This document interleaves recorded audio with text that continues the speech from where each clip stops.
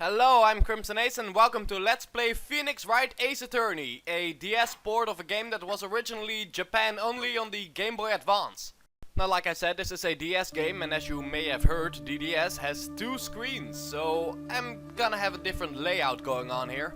You can't really see it right now because the screen is mostly black, but on the left side we have the larger screen, which is the top screen of the DS, and on the right we have the bottom screen, and I made it slightly smaller because that's not where most of the important stuff is at. But enough about that. What exactly is going on screen? Well, I would say we're looking at a cutscene, but this game is pretty much entirely cutscene. Well, maybe not exactly, but it is a visual novel game, and it's our job as a player to make sure the story progresses as it should. It's a bit difficult to explain, but luckily the first episode of this game is pretty much the tutorial episode for both the gameplay, but also introducing a number of different story elements, and the story is pretty much the reason why you play this game. So what is the story? Well, all there is to know right now that we are playing as Phoenix Wright, a newbie defense attorney who is about to take on his first case. We can't really see him right now because part of this game is from a first person's perspective, but we're gonna see him in a minute. The person who we do see right now, however, is Mia Fey, Phoenix Wright's boss/mentor. Also, this game is pretty much nothing but reading, but I'm here to summarize everything so you don't have to read along. But you can to get a bit more character out of what they're saying. But if you don't want to, I'm gonna be explaining the general gist of what's going on. For example, right now there's someone screaming in the lobby and here's our client. The person we're gonna have to defend because he's being accused of a murder he didn't commit. As Phoenix and Mia brought up, it's kind of odd to take on a murder case as your first ever defense attorney case, but there's a reason for it. This is Larry Butts, and he's also Phoenix Wright, his best friend from childhood, and apparently the reason he went into lawyering. Why, we don't know exactly right now, but we're gonna figure out a lot of things later on. Again, story game. But yeah, this is Larry Butts, our defendant, and he's being accused of murdering his ex-girlfriend apparently. So as soon as the trial and gameplay begins, we're gonna have to prove his innocence, which might be difficult because Larry Butts is kind of an idiot.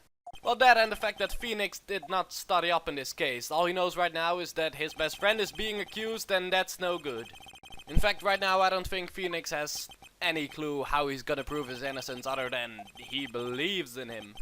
And Phoenix admits that Larry Butts is pretty much a fuck up, but he knows he's not a murderer. And as adorable as that is, it means nothing in a court of law. Not that the Ace Attorney series is known for being a very faithful representation of how things go inside a court. I mean, if it was a faithful representation, this would probably be the most boring game in existence. And I'm getting ahead, but this game gets ridiculously over the top, and I love it for it. But now we're finally in the courtroom where gameplay begins, and we finally get to see what Phoenix Wright looks like. Dressed in blue, spiky hair, perhaps I'm just playing a Sonic game. But there are other people here as well. For example, we have Judge, one of the most reoccurring characters in the Ace Attorney series, but he never gets a name. He'll forever be known as Judge, or the Judge, or Your Honor, or Your Baldness, or the poker head of Courtroom number 3, or Hair Judge. What the fuck am I reading?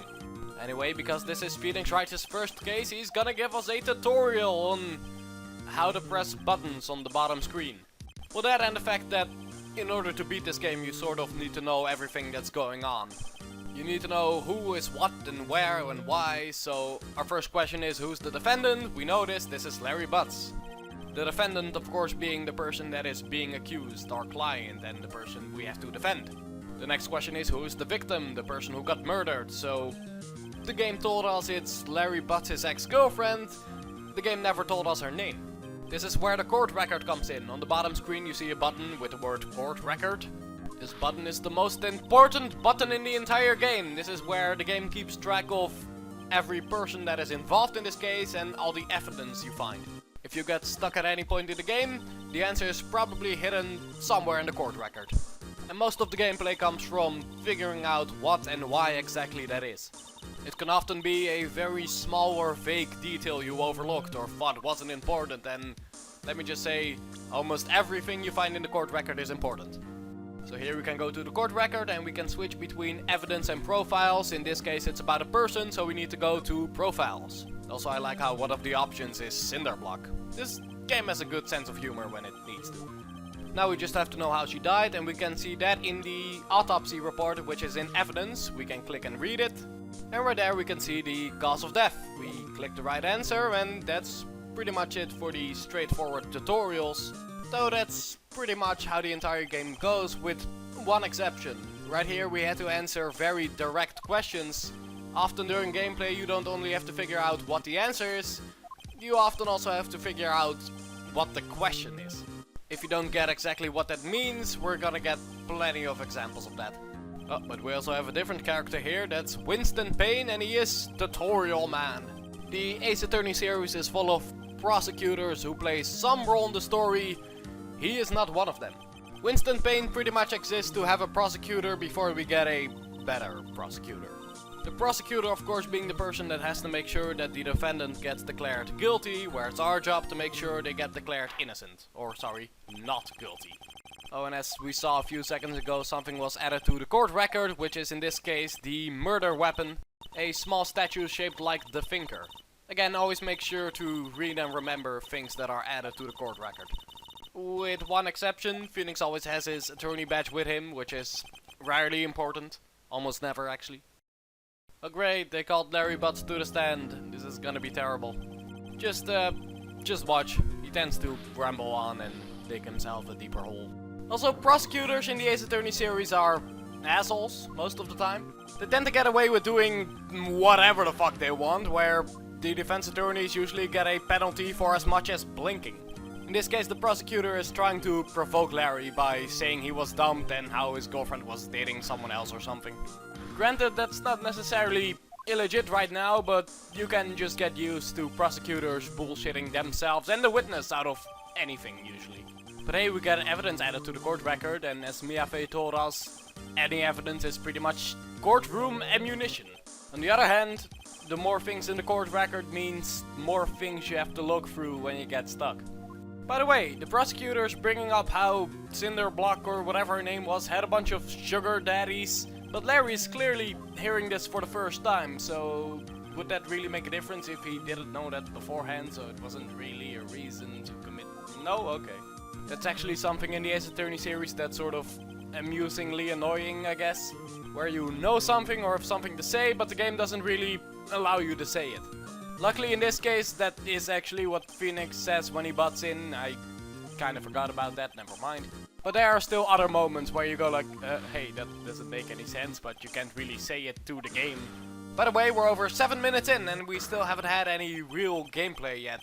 We pressed a few buttons to show off that we can press buttons, but this whole bit where they're questioning Larry doesn't really make any sort of difference right now.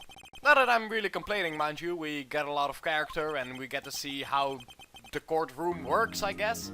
But just that during this bit where Larry's on the stand, we get a few options that don't really make a difference regardless of which one you choose.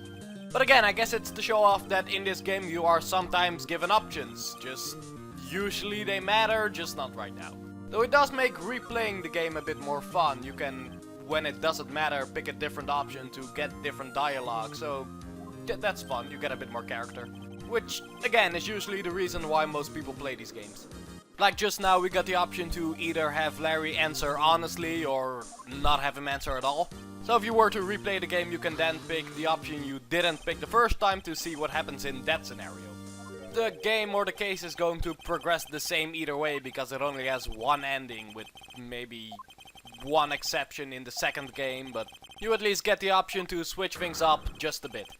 But now we're about to get to the real gameplay of the game, and that's where the prosecution calls a witness to the stand and we're allowed to question him on what their story is and poke holes in it. The witnesses always have a story of why the person who's being accused is guilty, and we know they're innocent, so there must be something wrong with the story most of the time. Our witness of today is Frank Saw It, and frankly, I think he saw it. Did I mention that the Ace Attorney series loves puns? Loves them. Also, look at this completely trustworthy fellow. It's totally not like we saw him in the opening cutscene of the game or anything. There is something that the Ace Attorney series does more often, is in the first two cases of the game they usually give away who the villain is right away. They sort of tone it down a bit in later games and then they bring it back in Dual Destinies. But they luckily stop doing it in later cases of the game where you as a player actually have to figure out who did it. And by extension Phoenix as well, though in this case, we know as the player that it was this guy, but Phoenix didn't see the opening cutscene, so he doesn't know yet. But hey, 10 minutes in and we're finally getting to gameplay, the witness testimony part. First we have to listen to the entire testimony, which is divided in statements. Then after we've heard the entire thing, we get to cross-examine them statement by statement. We need to figure out which statement has a lie in it or something that doesn't add up. More importantly though, you need to have proof of the fact that they're lying, which is where the court record and all the evidence comes in. Speaking of evidence, we just got a new bit of it. Apparently the building that Cinderblock was living in had a blackout at some point where all the electricity didn't work. And the little report that was added to the court record was the proof of it. And of course there's going to be some sort of contradiction in it. The word contradiction is one thing you're going to see a lot. What exact statement directly contradicts what exact evidence? Which is why you're constantly gonna be comparing details in the testimony to details in the evidence. Actually, I'm explaining all this stuff, but we're gonna see an example of it in a minute or two. In fact, I don't know why I'm explaining it when there's a person explaining it right here in front of us. So I might as well read that out loud. First, find the contradictions between the court record and the witness testimony. Then, once you've found the contradicting evidence, present it and rub it in the witness's face. Since this is such a text-heavy game, I think I'm probably gonna be doing that more often. Read out loud what's being said on screen so everyone can keep up and I don't have to try to find my own way to summarize what's going on. But now we're finally cross-examining a witness. We have a few options on the bottom screen. We have the arrows pointing left and right to switch back and forward between the different statements in their testimony. There is press if you want to know more about a particular statement or just want to hear more of the funny dialogue. Though often they will also add more detail and something you need to use, or the game will drop a hint about what you need to do. And finally there is present. If they say something that directly contradicts something that's in the evidence, you present it to them and that's how you move on to the next sequence. There's also the Y button that I never use because that's for using the microphone to yell either hold it to press or objection to present evidence. I never use it because in my case it always takes me about 12 times for the game to register what I'm actually saying. That and this game is on a handheld, which is meant to be used in public, in which case you will look like an idiot if you start screaming against your DS. Right now I'm using the press option a few times, though they don't really do anything. I'm just doing it here to show off, which I probably won't do in the later parts. In this first case you never need to use the press option at all, you only need to present things, which in this case he says he remembers the time exactly, it was 1 PM, even though the autopsy report says he died between 4 and 5 PM. Objection! And if you present the correct evidence, then that happens. Phoenix will go, oh, that's bullshit, then they'll try to talk themselves out of it, and then you suddenly have a new testimony on your hand. Though during the cross-examination part you also saw a few exclamation marks on the screen, those are technically your hit points. You lose those by presenting the wrong evidence. Phoenix will go, this doesn't make sense. Why doesn't it make sense? I don't know. Phoenix will get a penalty, and if you get 5 penalties during one trial, you lose and have to restart. Luckily though, this never really has to happen because you can save at almost any point during the trial. So if you just save before presenting evidence you're unsure of, you can just get the penalty, then restart, and suddenly the penalty is gone and you can try again. So even if you get stuck, there's not a whole lot to worry about other than your battery dying from you turning on and off your DS constantly. The penalties are just there so you just can't go, this evidence, no, maybe this evidence, no, maybe this, no, maybe this, maybe this, no, no. But now Mr. Sod is gonna try to talk himself out of it with a new testimony and more lies. Let's see what he has to say. You see, when I found the body, I heard the time. There was a voice saying the time. It was probably coming from the television. Oh, but it was 3 hours off, wasn't it? I guess the victim must have been watching a video of a taped program. That's why I thought it was 1 PM. Terribly sorry about this misunderstanding. Did you people enjoy my wonderful voice acting? I might be doing that a bit more often, just on occasion. Back to cross-examining after this kind of pointless bit of dialogue. Anyway, I think it's once again pretty obvious what the contradiction at this point is. Then again, maybe I'm just saying that because I already know what the contradiction is and I've played all these games, and like I said before, you slowly get better at noticing what's wrong with the testimonies. Mostly because you just start recognizing certain things, like the example of before where whenever time of death is mentioned, that's most likely gonna be important at some point.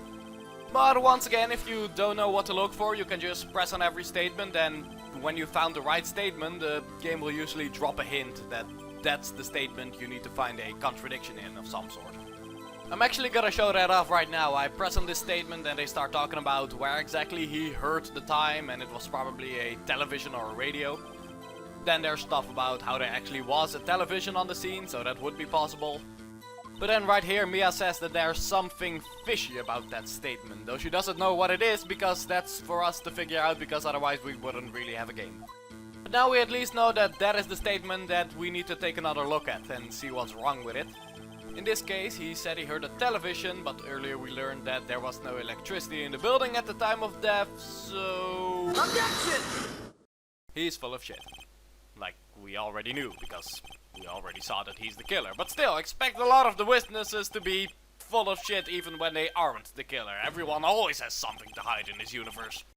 Or maybe not even that, maybe they just always have some sort of excuse to be useless. Or an excuse of anything really, and people always buy it. Like this guy, we've just proved him wrong twice, and now it's just like, oh, I misremembered again. And while the judge here does allow it, he does at least make a statement of it, that he would prefer to hear an accurate testimony from the beginning. I like the judge, or at least I like the judge when he has something to say that actually helps, other than him being a pushover most of the time.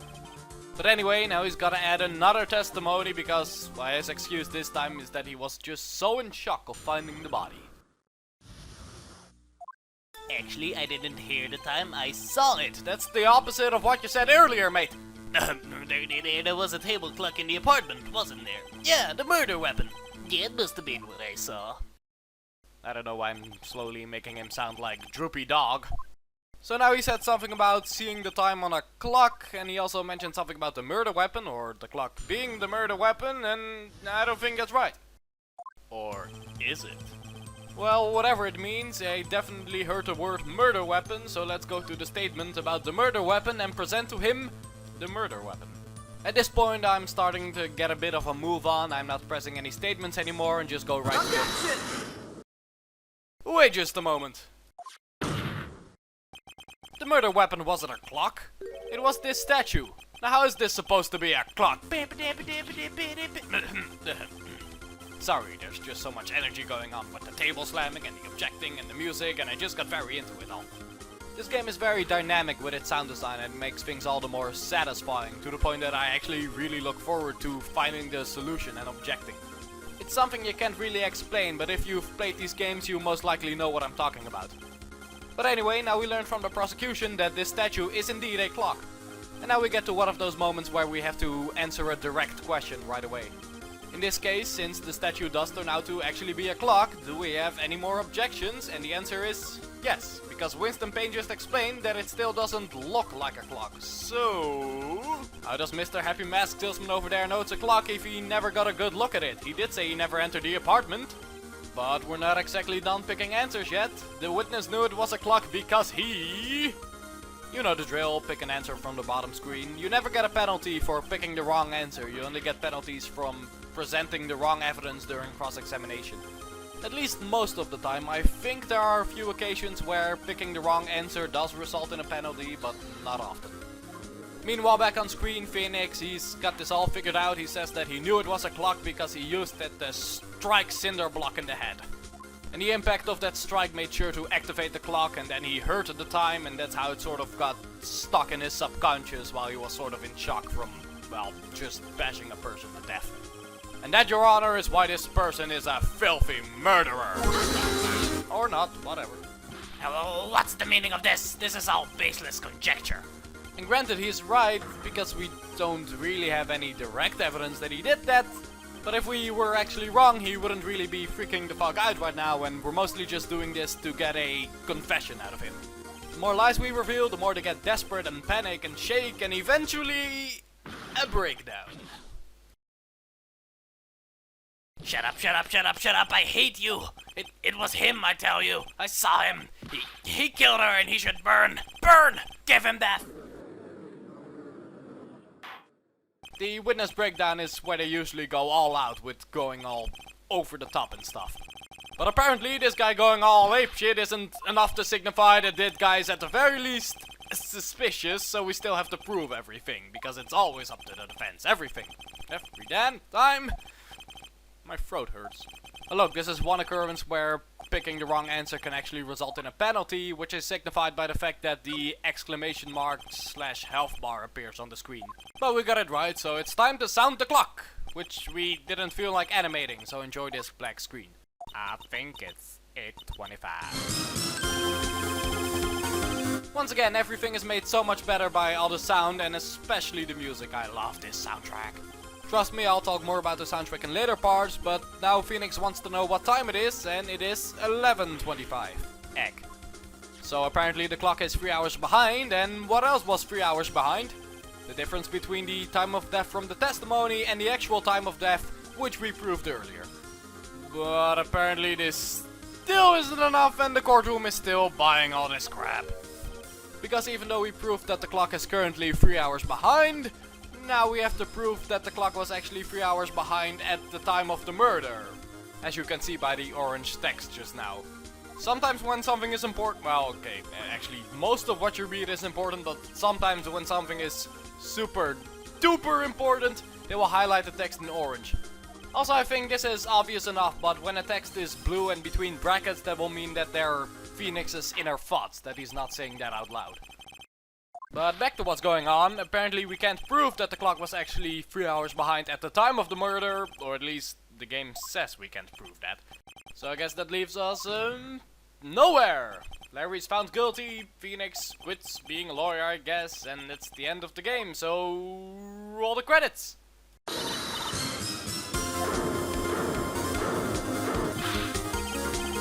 But Mia ain't gonna let that happen.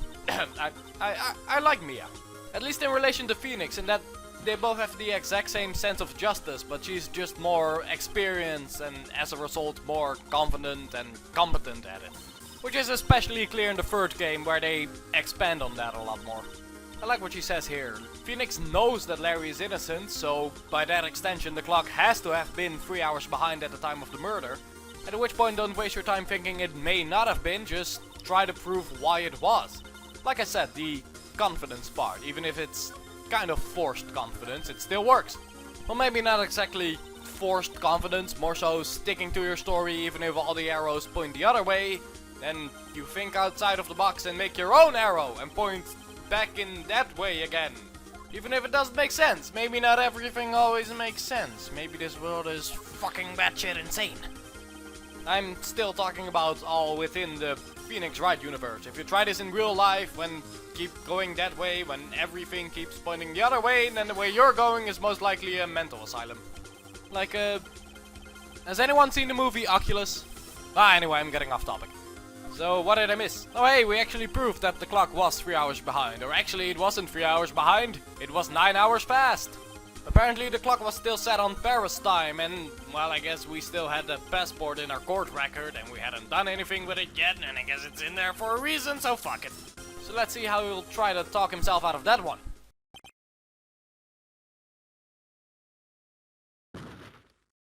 Well, that is a good point.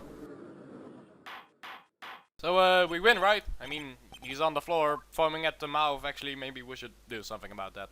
Oh, no, wait, don't clean him up just yet. I still had trivia about the guy. Apparently, the mole on his forehead was added to give him a mark. Like, a mark of guiltiness or something. So, yeah, okay? Okay, you can clean him up now. Oh, look at that. Phoenix gets a compliment from Judge. Nameless Judge. You did good, Phoenix, by which I mean you did good, Mia. Well, not exactly, I mean... Phoenix still did find the solution himself, but it was Mia who pointed out that there was more to find. Otherwise Phoenix would have given up. But you know, in the end it was still Phoenix himself that found what he needed to find. But in other news we get a non-guilty verdict, and more importantly, we get confetti.